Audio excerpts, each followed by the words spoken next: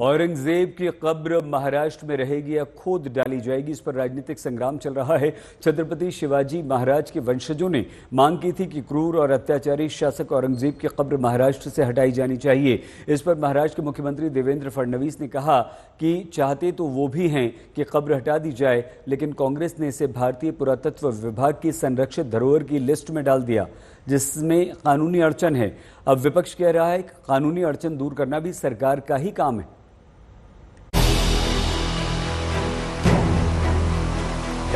या 4 प्रमुख घटकांच्या मध्ये आणि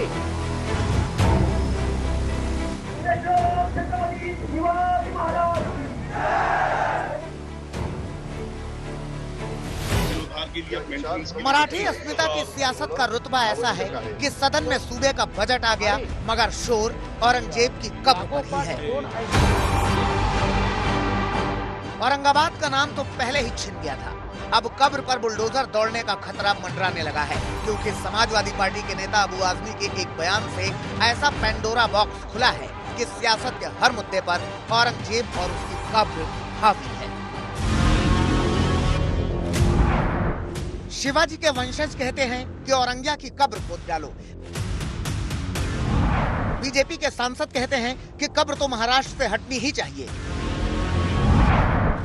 मुख्यमंत्री कहते हैं कि चाहते तो वो भी ऐसा ही है। शिवसेना यूबीटी तो औरंगजेब के खिलाफ है ही। कांग्रेस पहले ही कह चुकी है कि औरंगजेब तो क्रूर था ही। अब फिर कांग्रेस ने कह दिया है कि जो करो कानूनन करो। मतलब बयानों की बौछार ऐसी कि अपने नाम पर चल रही सियासत में भी औरंगजेब अकेला पड़ गया। अब कब्र पर बुलडोजर की आफत मंडरा रही है।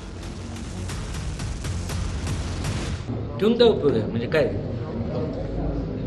तो लुटायला झाला होता, चोर होता तो, त्याचं उदात्तीकरण काय करायचं?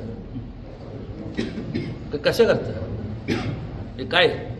आणि जे लोक दर्शनाला जातात त्यांना सांगा घ्या, त्यांचे वंशज आहे का ते दर्शनाला जातात, घेऊन जा, तुमच्या घरी ठेवा ना। मग नाही तर तुम्ही जावा, जे औरंगजेब कुठनं आला होता तुम्ही पण देश सोडून जावा, कशाला थांबता इथं? परत कोणतरी म्हणणार हिंदू मुस्लिमचा विषयच नाही।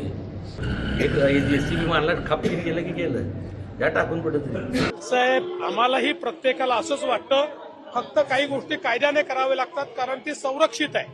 जुन्या काँग्रेसच्या काळामध्ये एएसआयचं संरक्षण मिळालंय। खबर को छुपाने के लिए कब्र की बात हो रही है।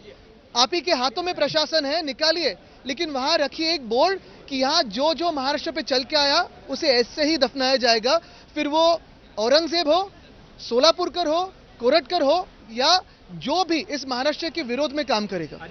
जिस तरह से शिवाजी महाराज पे या संभाजी महाराज पे जो स्टेटमेंट्स आ रहे हैं, तो एक स्वाभाविक भावना आती है कि जब हम कुछ नहीं बोल रहे तो ये पर्पसली हो रहा है क्या? छत्रपति का इतिहास जो है वो कम करने की, या उसका इम्पोर्टेंस जो है वो ये करने की क्या बोलते हैं, साजिश, कोशिश है? या तो फिर ये एक स्वाभाविक भावना है कि अगर ऐसा होगा तो औरंगजेब की भी कब्र जो है वो महाराष्ट्र में नहीं रहनी चाहिए। आज सरकार 2 टर्म के 14 से 19 ये मुख्यमंत्री रहे राज्य के। आधी रात में एक सरकार बनाई इन लोगों ने, अभी और मुख्यमंत्री बने वोट चोर के। तो मुझे ये सवाल इनको है कि इतिहास में ना जाए, इनको क्या करना है वो करें। औरंगजेब की कब्र को लेकर राजनीति इतनी आगे बढ़ चुकी है कि अब छत्रपति शिवाजी महाराज और औरंगजेब के ऐतिहासिक धरोहरों पर सरकार के ध्यान और धन के खर्च के आंकड़ों पर भी सवाल खड़े हो रहे हैं। आखिर औरंगजेब की कब्र के लिए 7 लाख और शिवाजी के मंदिर के लिए 250 रुपए क्यों मिलते हैं? यहाँ काय को संगमरमर जगाया, क्यों जगाया? वो दुष्ट था जिसने अपने बाप को जेल में रखा, पानी के बूंद के लिए मोहताज किया, दारा शुकोह को मरवा दिया। अपना बेटा भी अपने बाप को बाप नहीं मानता था कि ये मेरा बाप दुष्ट है, बुरा है, नीच है, लुच्चा है, ये उसका बेटा कहता था। भाई तो उसके केंद्र सरकार में कांग्रेस ने बहुत गलतियां की है, तो वो गलतियों को दुरुस्त तो करना पड़ेगा ना। सभी तो गलतियां दुरुस्त नहीं होगी, और 10 साल में सभी बदल गया तो चुनाव लेने की आवश्यकता क्या होगी फिर। जो लोगों ने समंदर में छत्रपति शिवाजी महाराज की भव्य प्रतिमा बनाने का जो सपना इस राज्य की जनता को दिया था और उसके ऊपर इन लोगों ने खर्चा किया हुआ, तो प्रतिमा का कुछ अंश ही नहीं दिख रहा है। तो मुझे ये लगता है कि ये जो भी है सरकार विषयों जो पब्लिक इश्यू जो है उसको डाइवर्ट करने की कोशिश बार बार करती है।